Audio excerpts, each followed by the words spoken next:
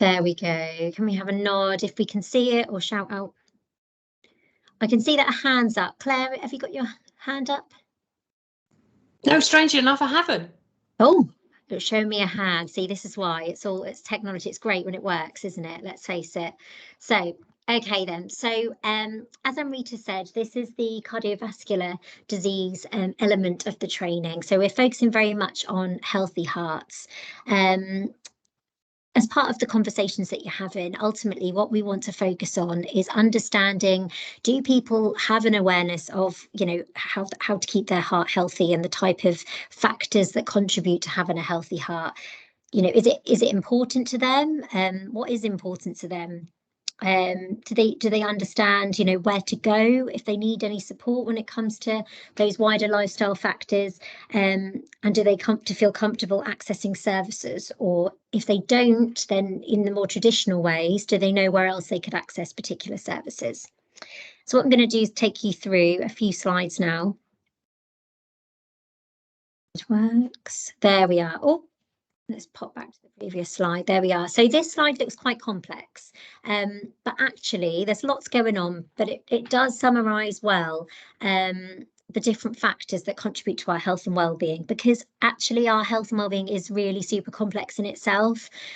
So when we think about how we're healthy, we might think about, well, if you've got high blood pressure, for example, if your stress levels are high, they all contribute to your overall health and well-being, but actually other things do as well. So things like, whether we smoke, whether we eat well, whether we're active, or if we drink too much alcohol. But ultimately, these types of things, those and the psychosocial factors, the yellow box in the middle, are very much determined by the blue box. So what we call our wider determinants of health. So things like our education that we have, our housing that we're in, if we have a strong social network. And ultimately, as Amrita talked about earlier, unfortunately, not everyone has the same opportunity to be healthy. And that's very much down to these different components that you can see, the different colourful boxes.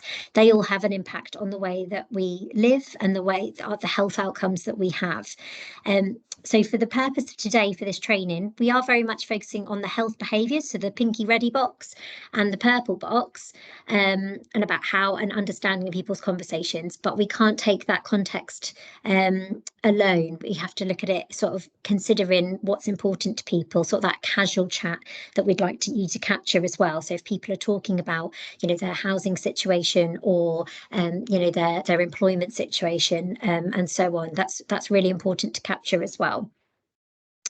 Because actually only it's about 20% of sort of a healthcare intervention, so to speak, contributes to an improvement in our health and well-being. So if we improve our housing situation, if we improve our social networks and are in that safe and stable environment, if we improve our lifestyle factors, so stopping smoking, being more active, eating a healthier diet, then ultimately these pieces of the puzzle will all add up and improve our overall health and well-being. So I'm going to hand over to Titi now, who's going to talk us through some of the basic clinical component elements of cardiovascular disease. Morning. Thank you, Sophie. This is just a very brief introduction and just to give food for thought, and I welcome any questions at the end. I hope it's not too much like a GCSE biology lecture, but I also hope that I'm not kind of, I haven't made it really simplified, but as I said, I'm happy to take questions, and the whole aim of us doing this round with you guys is hopefully that we get that question and that feedback on how we're pitching it, and if it's accessible. So please bring the critique. So as I mentioned, I look after the clinical advisory section of cardiovascular disease, so heart and blood vessel health for Norfolk and Waveney. And one of the things that we're bringing out, which the Lowest of Healthy Heart is part of, is the ABC campaign. So if we can reduce the amount of people who are not managed or who are not well treated with atrial fibrillation, blood pressure problems and cholesterol, so that's the A, the B and the C, will get better outcomes for our population as a whole. So looking at ways to just help others understand as well. So I heart and the arteries and veins. I've always conceptualized it as the heart is a pump and the arteries and veins are the pipes that link to it. And I find for me that's really, I mean, that's how I speak to that's what I tell the medical students as well. That's really easy way of kind of looking at it and visualizing it. Why it's really important to us, over worldwide, 20.5 million people die every year due to heart disease.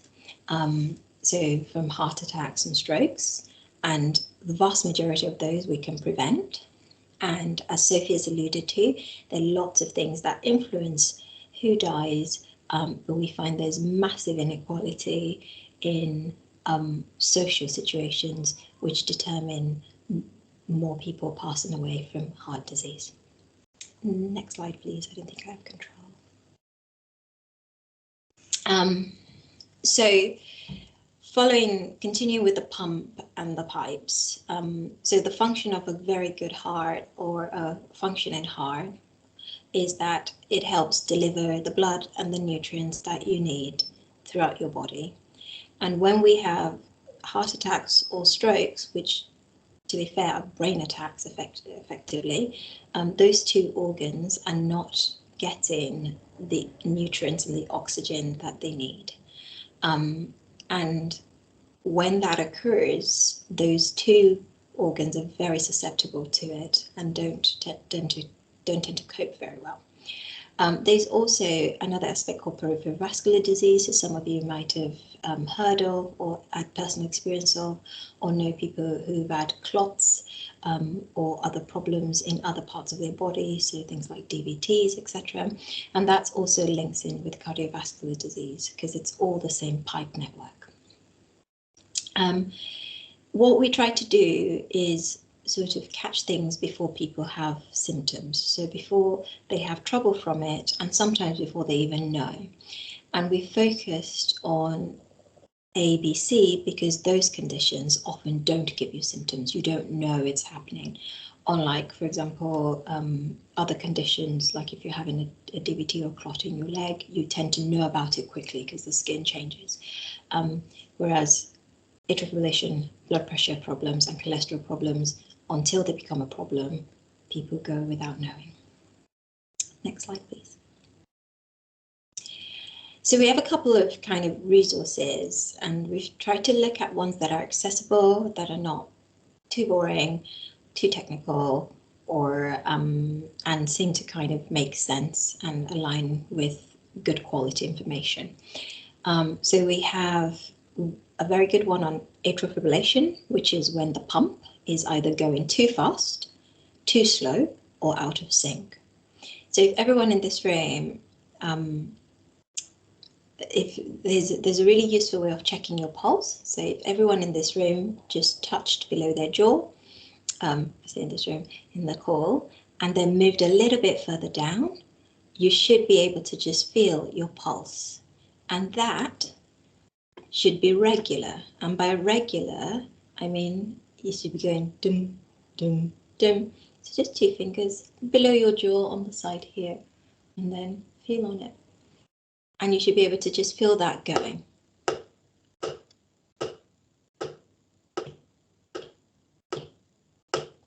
And that should be like a steady drum.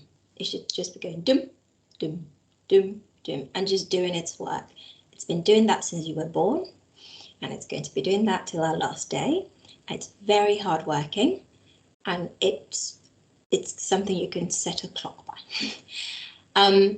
When that is going too fast, and sometimes it goes fast, and it's supposed to because we're running somewhere or we're stressed, that, you know, it should come back to just that steady rhythm for you. And sometimes it goes slow. What it shouldn't be doing is, you know, dum dum dum dum dum dum dum. It shouldn't be playing a classical piece or a rock tune. It should just be a nice steady beat. And unless someone really, checks your pulse, or you check your pulse, often you wouldn't know if it wasn't a nice steady beat. And even sometimes, unless you tap along to it, with patients, I can't work out their beats. So atrial fibrillation is because some people's heart goes out of sync, they get problems with that, and they're more likely to form clots, which cause that heart and brain attacks that we talked about. There's a little video, I don't know, Sophie, if we have time to look at the atrial fibrillation one, but we won't bore you with all the videos, and we'll send this out so that you can look at them in your own time. But I thought one of them will be useful to just see. Let me know. Somebody shout if the sound works, will you?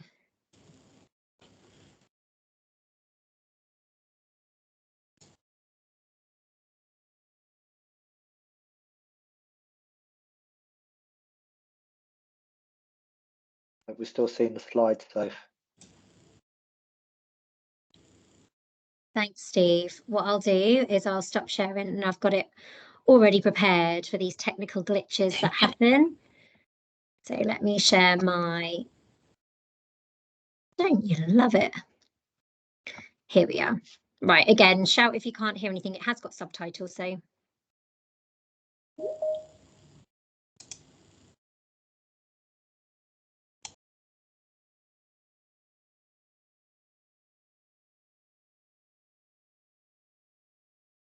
Don't think I have the sound coming through, Sophie. Sophie, I don't have sound, and I can see your mouse moving, but I can't see. Oh,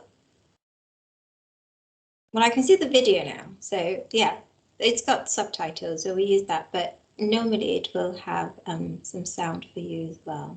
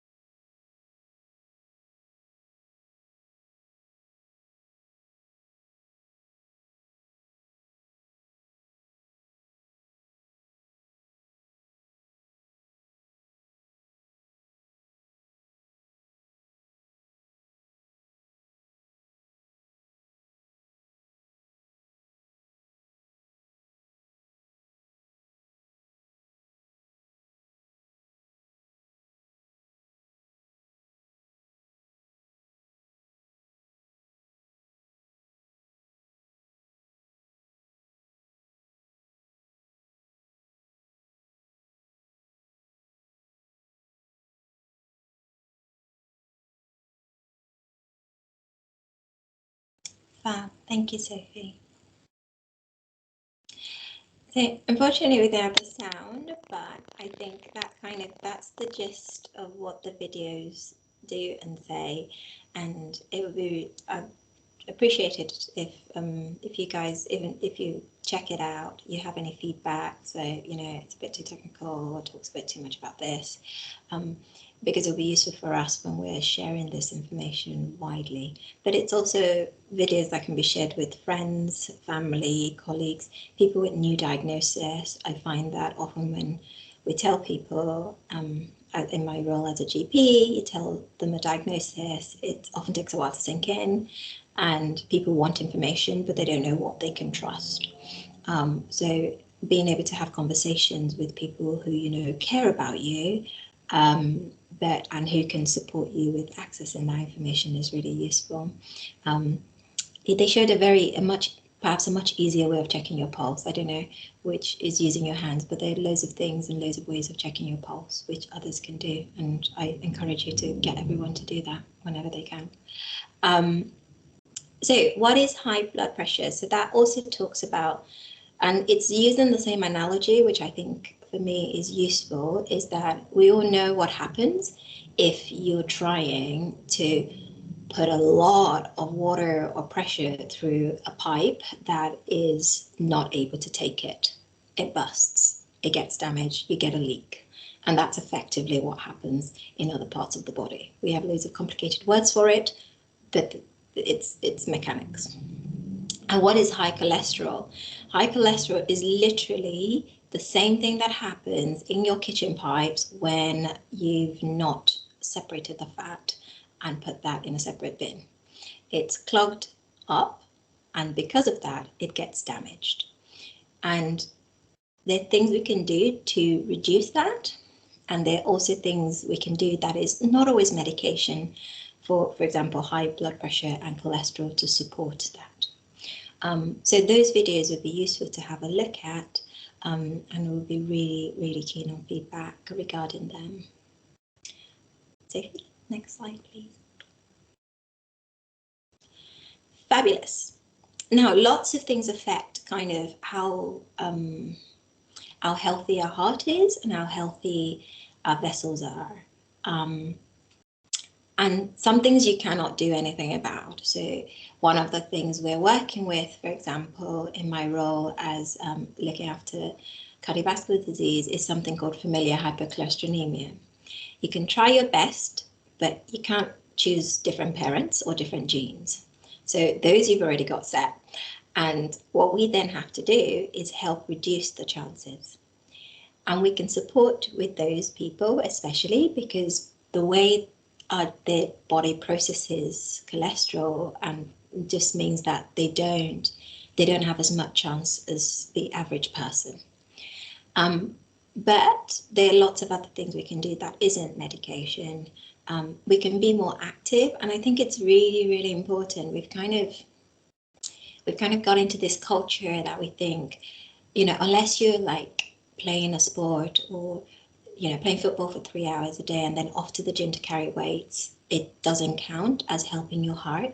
A lot of the evidence and a lot of the information is that any amount of physical activity is really useful. So even if it's just adding a walk, whatever amount of activity you can do will improve your heart health outcomes, because that pump that is steadily going just gets a little bit more of a workout, even getting up and going for a walk. So being more active is really useful. Managing diabetes. So lots of you might know, many of us will know people with type 1 and type 2 diabetes. And again, that's another example of a condition where sometimes you can do stuff about it and sometimes you can't. You know, if you've got type 1 diabetes, that's just your genes. You can't really do much about it apart from manage it as much as you can, but you can't undo it. Whereas type 2 diabetes, for example, we can undo it. So supporting people with understanding that we can actually, for some types of diabetes, cure it by improving our health outcomes and our physical health. Reducing excess weight if we're overweight or obese.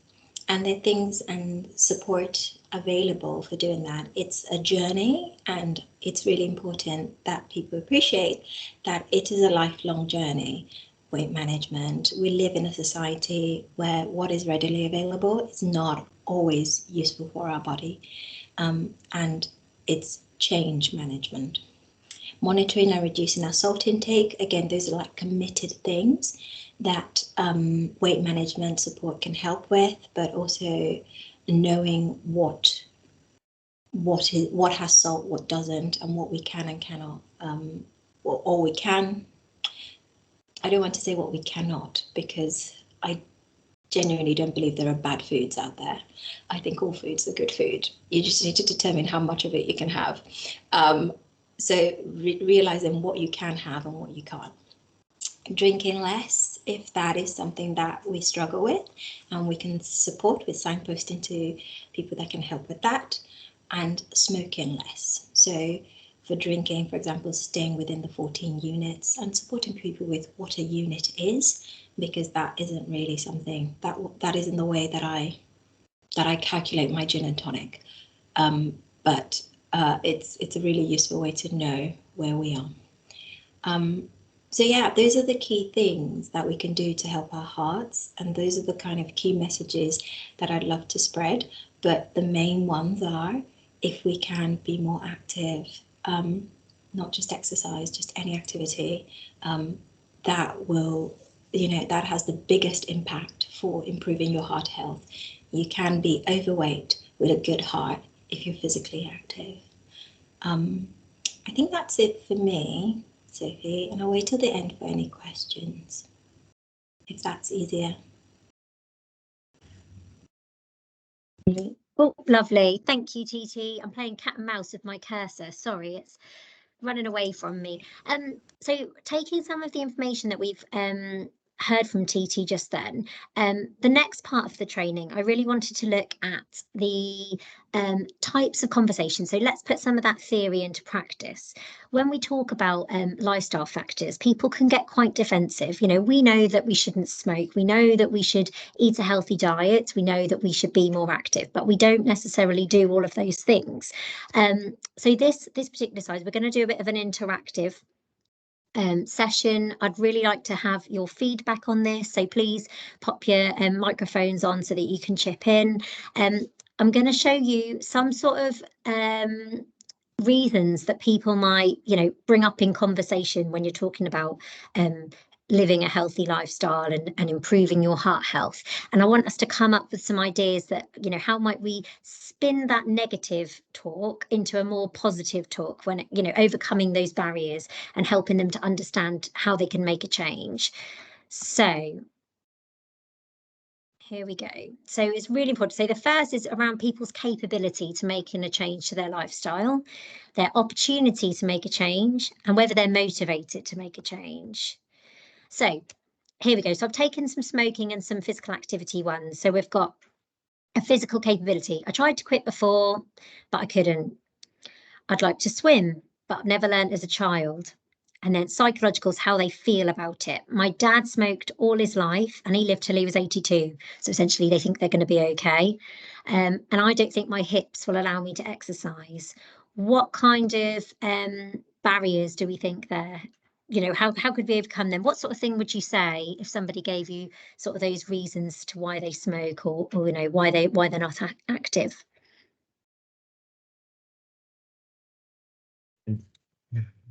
Shout out. The swimming one. Yeah. They could do aquasize. They don't need to be able to swim to have low impact exercise. Fantastic. Yeah, absolutely. Are they aware of aquasize? Have they heard of it before? And if even brownie points, if you knew sort of local in the area that you're working in, if you knew somewhere that they could access that. Yeah, absolutely. Anybody else? So other than the fact that they weren't able to swim, there are other things that they could do, i.e. the discussion we just had, like just going for a walk would be an incredible impact on them. Absolutely. Yeah, that's great. Any other ones? What about the smoking ones?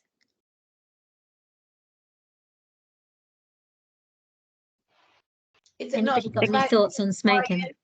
Is it maybe about try again, because we we all fall off the bandwagon lots, but just to keep trying, every little bit counts. Absolutely. Yeah, absolutely. Is that about restricting what you have? Yes. Yeah. Can you elaborate a little bit more what you might mean by that? So say if you're having like 20 fags a day, then cut it down to 15 and slowly cut it out that way and see if that works for you. Absolutely, yeah. It's a lot of the smoking cessation services will use the not a puff, or traditionally have said, not a puff. So completely going cold turkey and using other sort of medication in order to support them in their journey. But if it means that somebody's tried before and it's not and it's not worked for them, then a positive way for them to make a behaviour change and quit smoking, if it means cutting down, then that's absolutely putting a more positive spin on it for them, and it's going to improve their health. Absolutely. Would it be appropriate to give some personal experiences?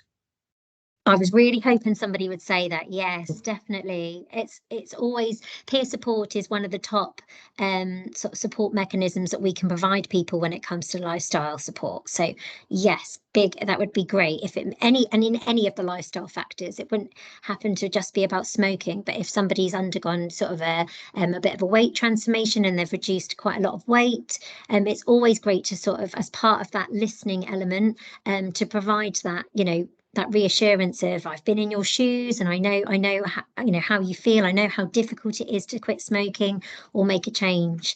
Definitely.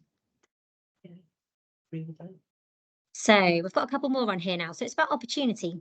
I can't get to the pharmacy or the doctors to get to the appointments to help me to stop smoking. I like cycling, but I can't afford a bike. Most of my family and friends smoke. So a social element there, sort of that belonging and the connectiveness that people might feel when it comes to something like smoking, which is a really tricky one actually to try and, put a more positive spin on it, because it makes it sound quite positive in itself, doesn't it? They feel like they belong because everyone else around them smoke. And I don't have anybody to go to the gym with. Any thoughts there? Sorry, TT, I can see your hand. Oh, sorry. I was going to make a point about personal experience and how weighty and useful that is. I have colleagues that you can't tell on the video, but I'm 5'6" and about 60 kilos. But I have a friend who's the same height as me and carries a lot of weight and still carries some weight. But actually, in their conversations with patients about weight management, they come from a place of authentic experience that I cannot come from, because I just don't know what it is like to carry an extra 40 kilos every day and every step that I walk. I don't know that. So I can tell you it will probably be better, but they come from a place of, actually, I know what it is like. I know how hard it was to go upstairs. And, I know how hard it was when I was babysitting I was looking after my granddaughter, and I couldn't, they had to put the kid downstairs. It's really hard. So actually, there's a lot of value in sharing your experience and your authentic experience, because that is more real than me guessworking. Absolutely. Thank you. So do we have any thoughts on sort of opportunities, people suggesting that they don't have the opportunity to make a behaviour change for those sorts of reasons? How could we make a positive spin on some of these comments if we were to hear them? Signposting, Sophie, for this particular project, there is a new activity about to take place, and it's a cycling group where they provide the bikes. Fantastic. Fantastic. So really great point, Claire. Something that I would really encourage you all to do.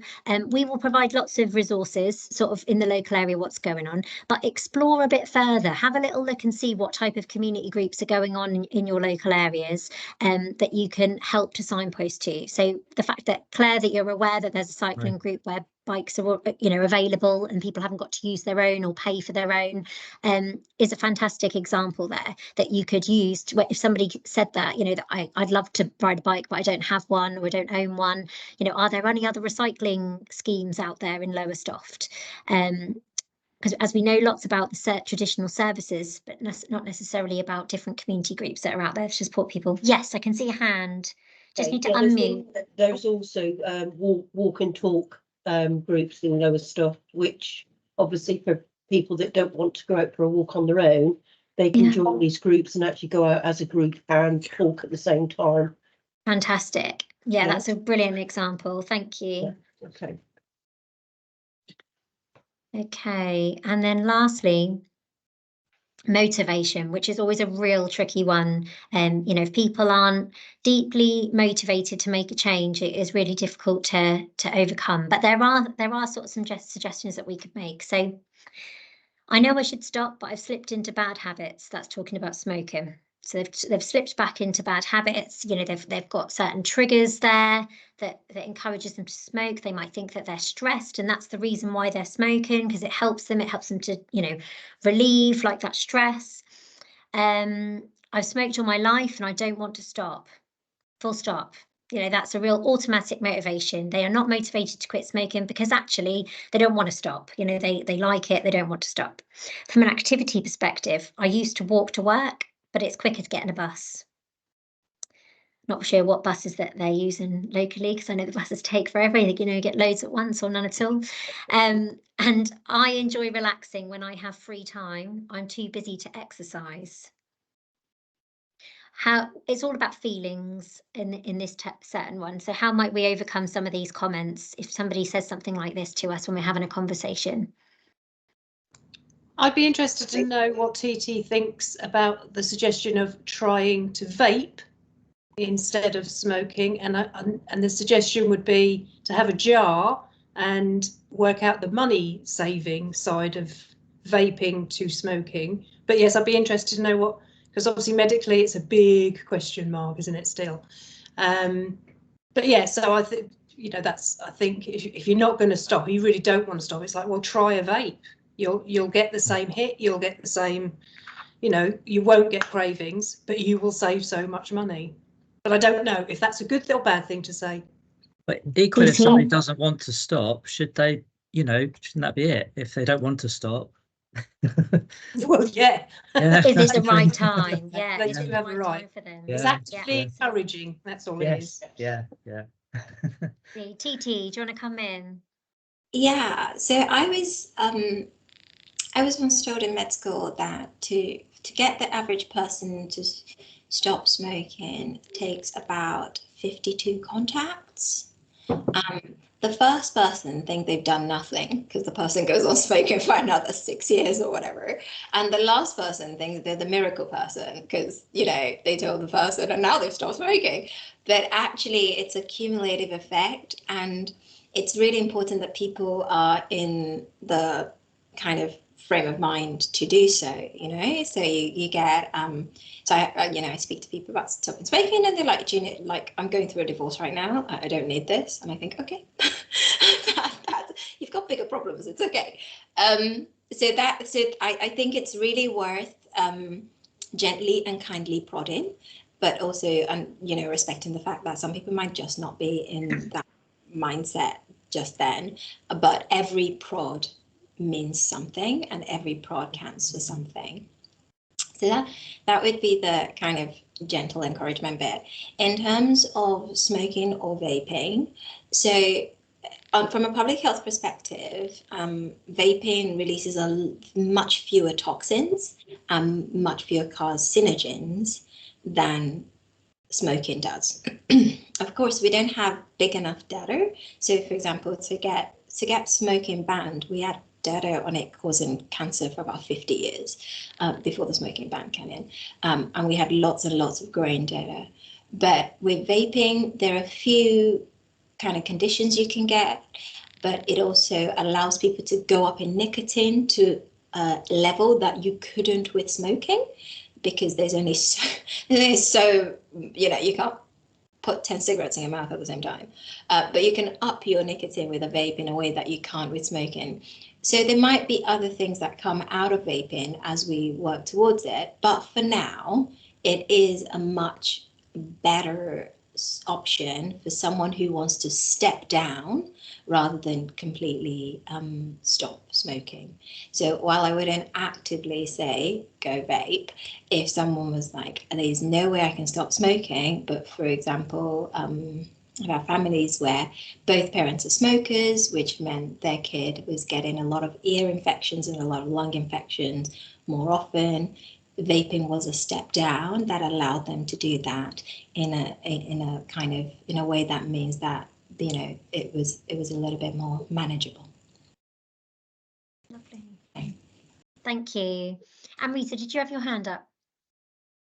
It was I did. It was just to quickly share from the smoking project that we did with public health, some of the key things that came out, or personal experience, sharing where people feel comfortable. Personal experience came up as one of the things, and as TT mentioned, the kind of, you know, respectfully but kindly, being able to back off when when people have shared that they have no intention of stopping. But one of the things that the community champions who worked on that project did share was in being able to close the conversation, what they were able to still speak to the person about was if and when they decided to stop, would they know where to get the support from, and kind of was a nice way to round off rather than being pushy in terms of being able to give that advice. So that was just a learning from the previous project. Brilliant, thank you. So here we are. So here are some, we've covered some of these. So it's about, you know, was there anything that helped when they tried to quit before? What worked for them? What might help in the future to try? So we talked about the vape example there.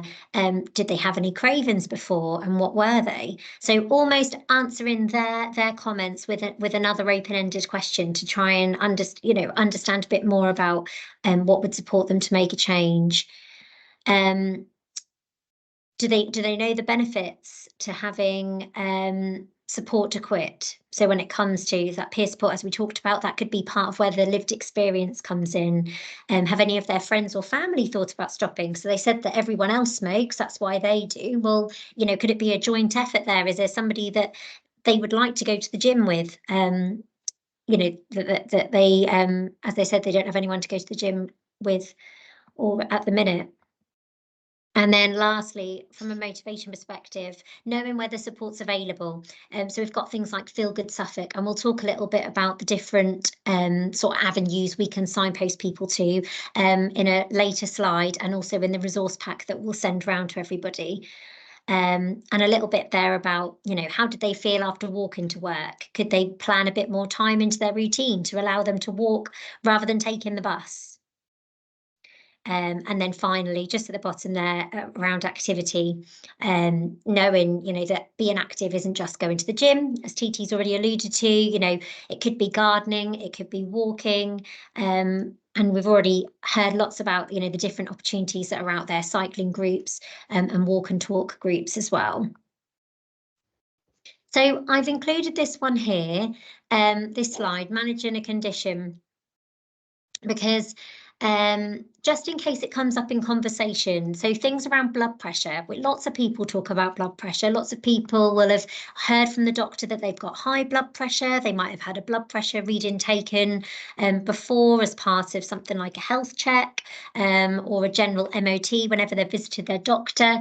So it's something that we commonly do hear, or we know of somebody that has got high blood pressure. So you can use this type of framework to respond when it comes to conversations. So I wouldn't know if I have high blood pressure. I haven't seen a doctor in years. I was given a blood pressure monitor to test it at home, but I don't know how to use it. So the types of responses that we might think about is, you know, do you know why it's important to know your numbers when it comes to your blood pressure? Did you know the local pharmacy can test your blood pressure? Or you might be eligible for an NHS health check from your GP or pharmacy. I can't get a doctor's appointment, so I can't get my blood pressure taken. I think that's something that we see a lot in voices across the projects, isn't it? Is around sort of access to healthcare, particularly when it comes to GP appointments. There are other avenues when it comes to healthy heart. You know, it's not just everybody has to go to the doctors in order to have their blood pressure taken. And again, they'll all be on the end slide that talks about where those opportunities are. Nobody in my family has high blood pressure, so I should be fine. As we know, we've just talked about, it's not just about genes and genetics, but there's also lots of lifestyle factors that contribute to blood pressure, high blood pressure as well. Is the person aware of that? Do they know how to keep their hearts healthier? And then lastly, motivation. So my blood pressure was high when it was last taken, but I don't want to take pills and medication, so I haven't been back to the doctor since. And I took medication before for my blood pressure, but it made me feel ill, so I stopped it. Again, another sort of key themes that we tend to hear when we're talking about, conditions as such. So if blood pressure is mentioned and people say, oh, I've been told before that I've got high blood pressure, and I've told I might have to go onto medication, and that can feel quite daunting. It's just that reassurance that, if they felt like that, did they talk to their doctor about how they were feeling when they were on medication? Always about seeking sort of that medical advice. We're not asking you to be clinical experts in the room, but it's just about having that confidence to say to them, you should really speak to your doctor if you do have concerns. So yeah, so that's just that little bit. Any questions up to now on what we've just talked about? So essentially what we're doing is we will hear people's sort of thoughts and feelings around stuff, and it's about putting that positive spin on it to try and encourage them to make sort of small changes to their behaviour. So, Amrita, we will talk a little bit through the Insight Bank, if that's okay. What I will do is I'll share.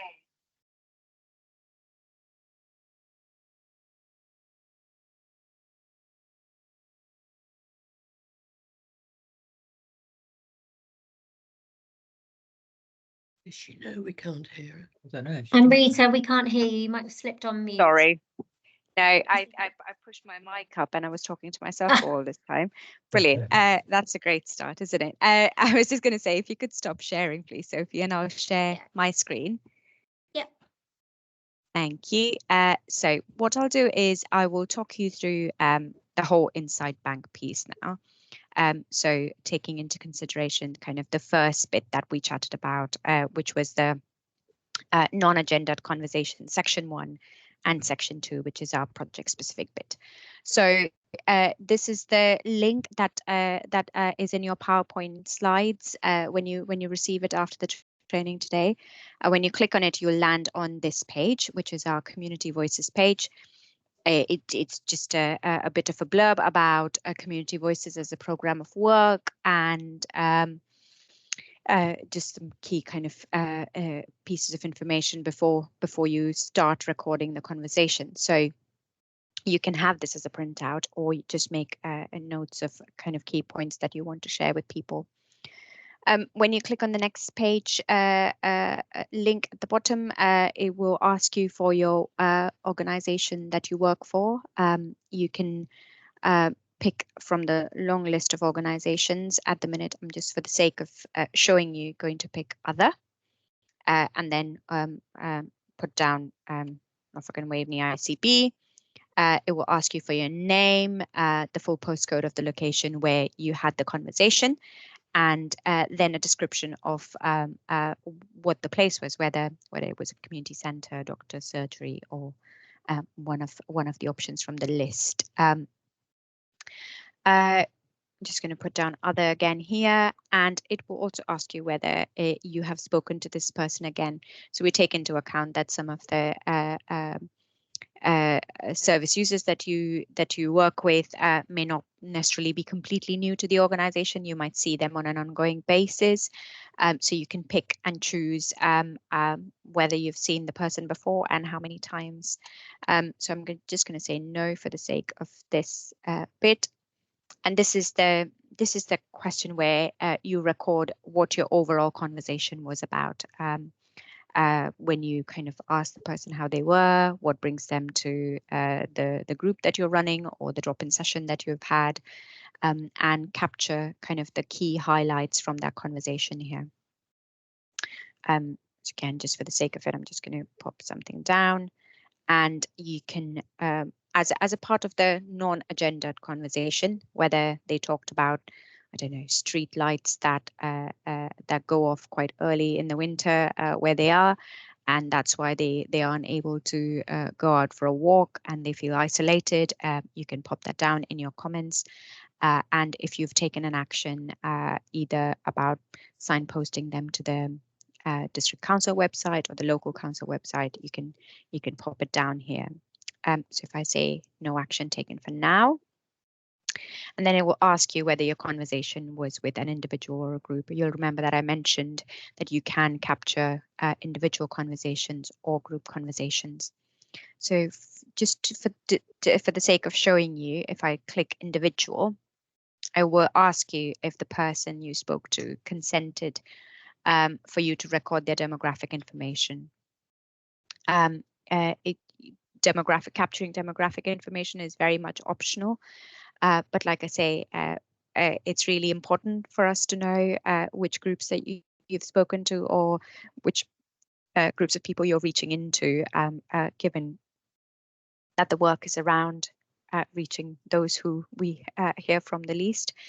So if they do agree to sharing their demographic information, it will come up with a set of questions about age, gender, about living with physical conditions, long-term conditions, and I think also about the sex. So those are the 4 demographic questions that come up. I'm just going to go back and show you where it says about if your conversation was with a group, what that looks like.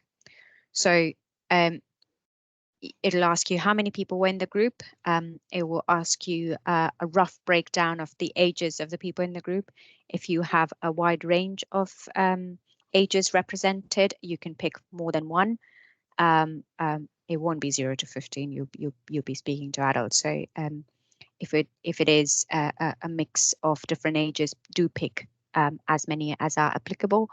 And it will ask you for a short description of what the group was for. So if it is, I don't know, an art activity group that you run for the local people, you can pop that information down. If it is a drop-in session, like I say, for groups, you can pop that down too. If it's a carers group, you can pop that down.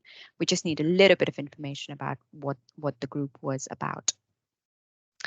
So once you've completed that, then that's your section 1 done. And then you kind of go on to your project specific section. So this is section 2. And you are all participating in the CVD Healthy Hearts project. So you pick that as an option, and here are your project specific questions. So what we want to do is, based on what Sophie and Dr. Siti have talked you through, we want to understand about people's awareness and understanding of heart health. So what came up in your conversation that you think was important, or highlighted that the person had good understanding, good awareness about what keeps people healthy? What are the kind of life choices that people make that has meant that either their understanding has grown, or they need more help with information, or all of that could be popped down here. The next question is about what you found to be the enablers for the person for looking after their heart health. So what was it that has led them to having better understanding of heart health and looking after their heart health? So was it because somebody within the family has a heart health issue, which meant that they have good knowledge and they've looked after their own heart health because of that? They have always been physically active, they're locally involved, kind of thinking about some of the things that Sophie talked through about the motivation, opportunities, and I've forgotten the last one now, Sophie. Capabilities. Capabilities, yes. So thinking about those, what are the different enablers that lead people to looking after their heart health well? What we have also included on here as a little prompt is thinking about places. Now, when Sophie was going through her slide, one of the things that did come up was access to services and places where some of those opportunities are. So thinking about places to access health checks. Where would the person feel comfortable having a health check? For example, would they think about community places as a place to easily go and access a health check? If it's parents dropping kids off at school, if it's workplaces, so not necessarily only GP surgeries as a place to kind of access some of these early intervention techniques. So we want to get a little bit of an understanding on that. Sophie? If I could jump in, sorry, Amrita. The main reason why we're looking at this particular aspect, so where people would feel comfortable having a health check, is because there's some project money that we have available that we'd like to look more into. We want this insight to sort of help build the evidence case for, you know, putting health check machines out in the community. They're sort of very mobile, so they would be able to sort of go in places that you wouldn't typically see a health check machine. And that's why something like schools, like outside the school gates, we're just thinking of those opportunistic times where people would think, you know, rather than going to a designated appointment, they'd be happy to have you know, that a sort of a machine and look at doing their own health check, essentially, where a machine talks them through it. So that's the reason that we've put that type of thing in there. But it's, you know, the world's your oyster when it comes to the type of conversations and where the conversation goes. It hasn't got to be all focused on that. It's just about, it's really useful for us to understand, you know, if it is about people not fancying going to their GP or their pharmacy, that's really good for us to know as well. Absolutely. Sorry, Amrita. No, thank you, Sophie. So it is just allowing kind of some of the insights that you capture to help us guide that next step almost. Wendy? Hi, just on 15 and 16, just thinking, are these theoretical? Because if we speak to a family, for example, and say, what enabled you or what put you off? And they say, well, I haven't looked into it because I don't have a heart issue.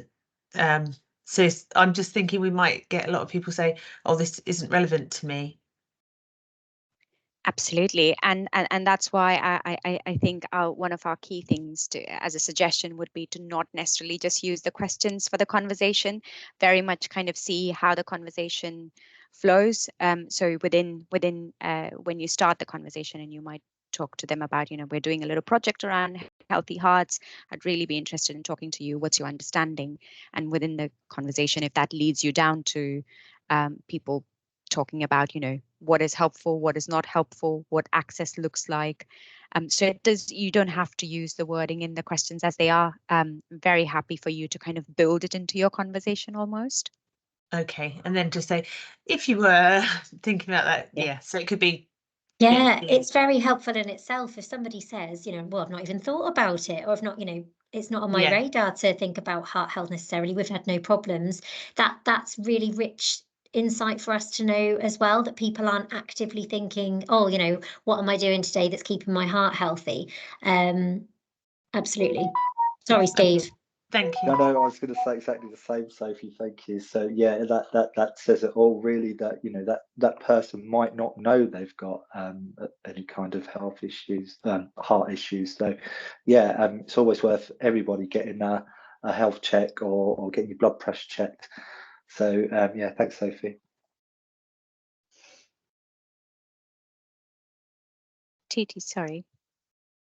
I'm going to say that, and I think that links in with a very key point originally, is that the reason why there's so many deaths from this is because many people don't know, because it doesn't have any signs for them. So when I remember when smartwatches first came out, I had a couple of patients come to the surgery and going, my watch tells me that my heart isn't regular. And I was like, okay. And actually, I think half the time it was correct. It was actually right. And their heart wasn't regular. And then we had to have a conversation about it. But it was just fiddling with their smartwatch that led to that discovery, because there are no other signs, or people just haven't thought about it. And why would, you know, you're not going around thinking, am I going to have a heart attack? Unless you kind of know about these things. So I think even just sowing that first seed of maybe thinking about our heart is a huge first step for some people, and a very useful awareness that helps them gain some power, as well as the people who have established conditions, who would be really engaged and looking forward to getting some more information and getting some more control. Brilliant. just to as a part of this conversation, I guess there is no right or wrong in terms of what you record on the Insight Bank. all of the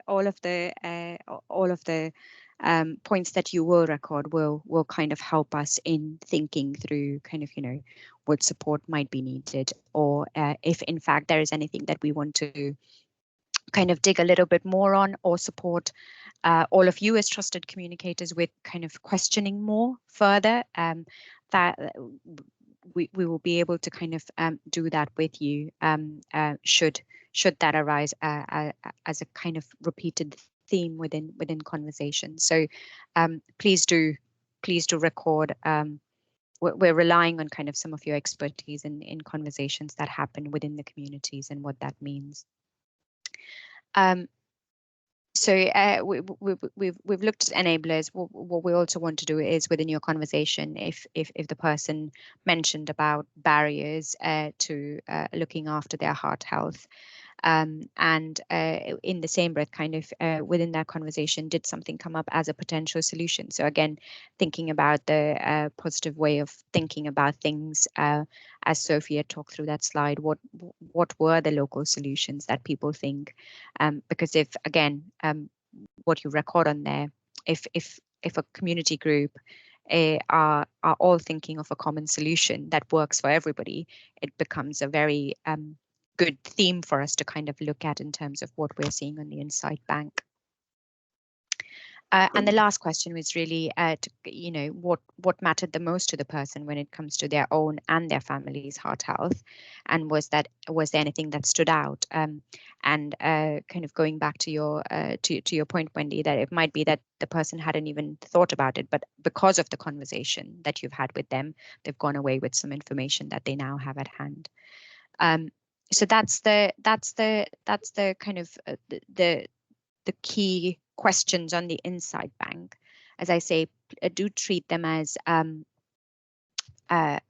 prompts rather than kind of filling it out as a survey, because that will probably has worked the best in terms of previous community voices projects and the feedback that we've had from some of our trusted communicators. Claire, you've got your hand raised. Hi, just say when you have finished each survey and it says that last screen, you then have to log back in. You can't, there's no next survey, please, just to make people aware, because we actually weren't made aware of that. So the first time I'm like, oh God, it's gone. But it does just go, and then you just click on the link again, and it'll set you up with a new one. Absolutely. Thanks, Claire. Hand you back to Sophie. Oh, I think Wendy's just got one question. It's okay. From your point of view, if we were to do this in a group setting, would you prefer the responses to be sort of bullet pointed as an overall group response, or would you prefer individual, just from your point of view of data collection? Do you want me to answer from kind of so far what has worked for Community Voices, Sophie? Yeah, please.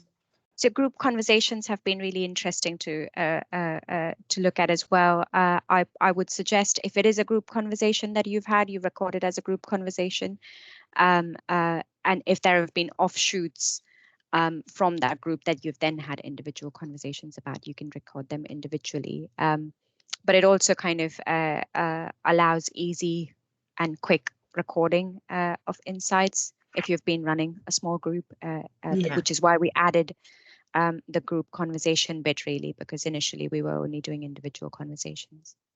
Yeah, okay. Thank you, Amy. Thank you. Fab. Charlotte, did you have a question? No, that was going to be about the group setting, so it's been answered. Brilliant, thank you. The folk from Kirkby People's Forum have got a question. Is there an upper age range that you would, is there a limit on the age range of the groups of people? Because, I mean, I work at a luncheon club, so, I mean, I could canvass have conversations with 20 plus persons, but they're going to be well over 80. Is that an issue or not? It's still valuable insight to gather. Honestly, because it might well be, as we know, we saw from the slides that TT presented, that age is a factor. So it might well be that when you're having conversations with those folk, it might be that they say, you know, that they are managing their diabetes, or they might have high blood pressure, they might be on medication, and it might give sort of fuel for additional conversation to happen in the room with others that might not have even thought about having a health check at all at that age. TT, did you want to come in? I was just going to say, not to be surprised if some of your over 80s have the conversation with you that they've already had a conversation with their GP and they've decided to come off their drugs and take the risk, because what's the point in reducing my risk of stroke in 10 years when I'm probably not going to be here? And that is fine. That is a perfectly fine outcome. And that is a conversation I have with lots of my patients, because a lot of the stuff is preventative. And at some point, people decide that they don't mind and they're happy with the risk, and that is also okay. So yeah, don't be surprised if that's what you get back.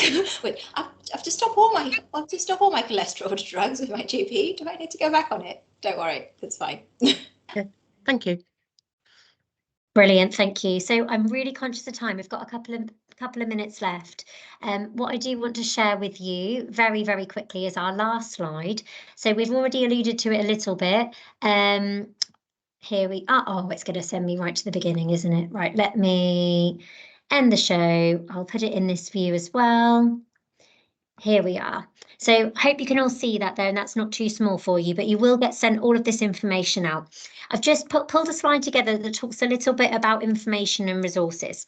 You'll see in the right-hand corner, you know, if there is an emergency, we're always calling 999. We'd always reiterate that to all of the people that we work with, or utilise 111 if it's not an emergency, but they would, if they needed urgent help at all in any of the scenarios that TT talked about earlier. So things like heart attacks or suspected strokes, we'd always get them to reach out for support by dialing 999.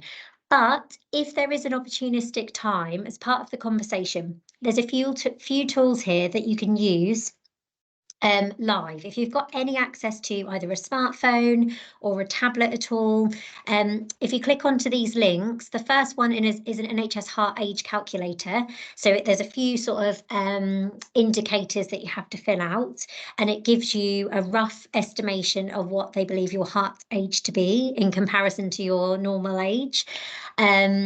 And then the second one is find a pharmacy that offers free blood pressure checks. So in Lowestoft, I believe there's 4 pharmacies.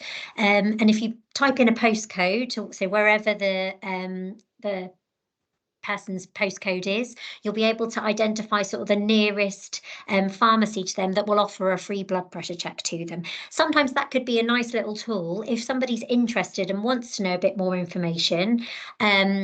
To use that as sort of a way to capturing sort of more of their thoughts about what they're thinking when it comes to heart health. So I'll let you sort of have a little look at those 2 links at your leisure. The second ones I wanted to mention, these ones in the middle, so local services that are commissioned to support healthy lifestyles that you can signpost to and actually refer to as trusted communicators.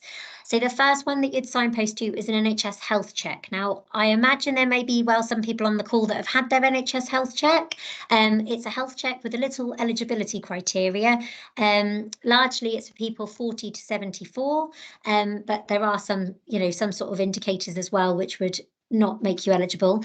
But essentially you're contacted by your doctor, either by letter, text message to say, we're inviting you for a health MOT.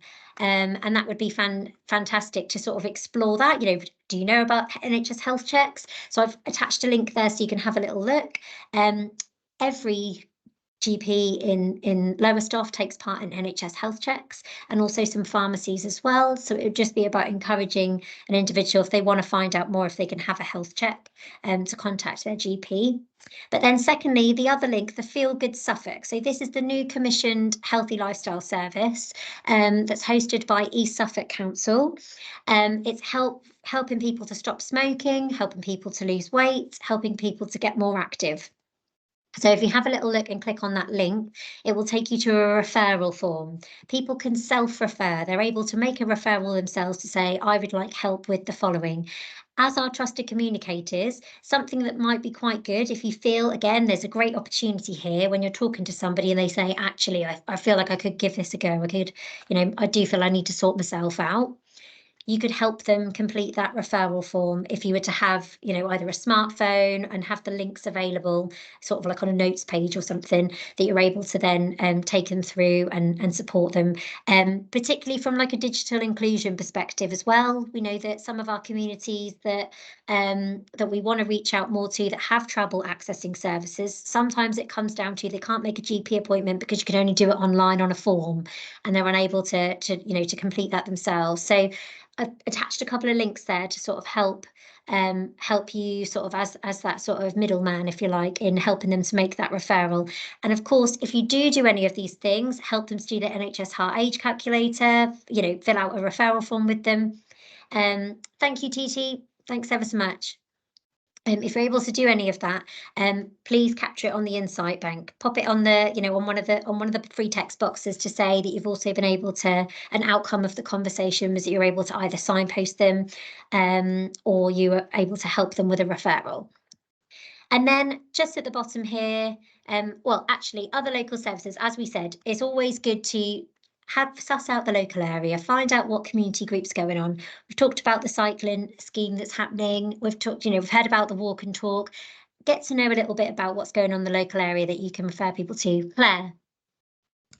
Yeah, through the Waveney VASP this week, I've pulled together a list, not exhaustive, but a list of all of the walking groups that are taking place in Lowestoft. There's 12 so far. So if I send that to you, Sophie, can that be sent out to people as well? Yeah, of course. What I'll do is I'll put my email in the chat so that you're able to, I'll do that now so I don't forget. And then if you send any information to me, between Amrita and I, we can ensure that everyone gets access to that. That would be really helpful. Thank you, Claire. And anything sort of outside of the walk-in arena as well, anything that you have that's around physical activity or sort of weight management, that would be great. Thank you. And then very finally, because I do appreciate we are running over time very slightly, there's a little section here that talks about further learning. So the British Heart Foundation is a really reliable, trustworthy source that I would advocate for when it comes to finding out a bit more information. There's also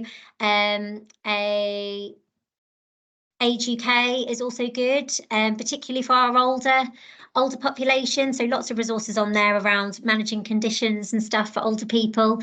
And then lastly, e-learning for healthcare, which sounds very NHS focused, but actually there's some fantastic courses which I have pulled out for you already, so you can have a little look.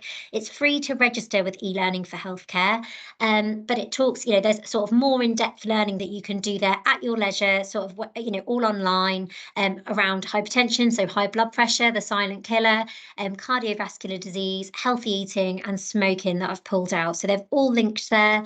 Register up and, yourselves or colleagues are able to sort of do them at your leisure if you did want to know a little bit more so that you feel a bit more informed to make the conversations. So I just want to say thank you very much for sort of wanting to participate in this project. Like we said at the start, we're not asking you to become experts in this arena. We want you to have those valuable conversations with people and feel confident and equipped to do so. So if you do have any questions offline afterwards, as I said, I've popped my email in the chat. Please do send me an email, and between TT and I, if it's that clinical aspect that you want a bit of support from as well, we'll get a sort of response to you. And that's ongoing. That's not just for now, that's as you're having conversations and stuff comes up. But thank you very much for putting yourselves forward to participate in this, because it's really appreciated. Steve. Yeah, sorry, really quickly, I just want to give you a bit of context.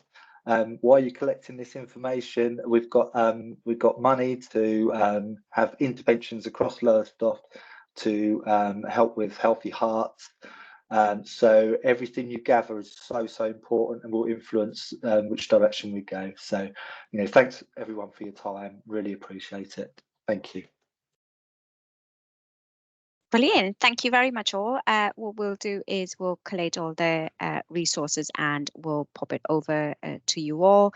As Sophie said and as Steve said, thank you for being involved in this project. Hopefully it'll set the kind of the path for future work as well. So be really interested in hearing your feedback on the training session that has happened today. I'll include the link for the evaluation form. But during the life of the project, if there's any questions you've got, please do get in touch. I understand Jess is also at hand from Suffolk Community Foundation, so do seek support where you need, if you need that as a VCSE group, but we're around. Thank you. Take care. I'm sorry. Thanks very much, everyone. Bye all. Take care. Bye. Thank you. Oh, bounce. Wait a minute.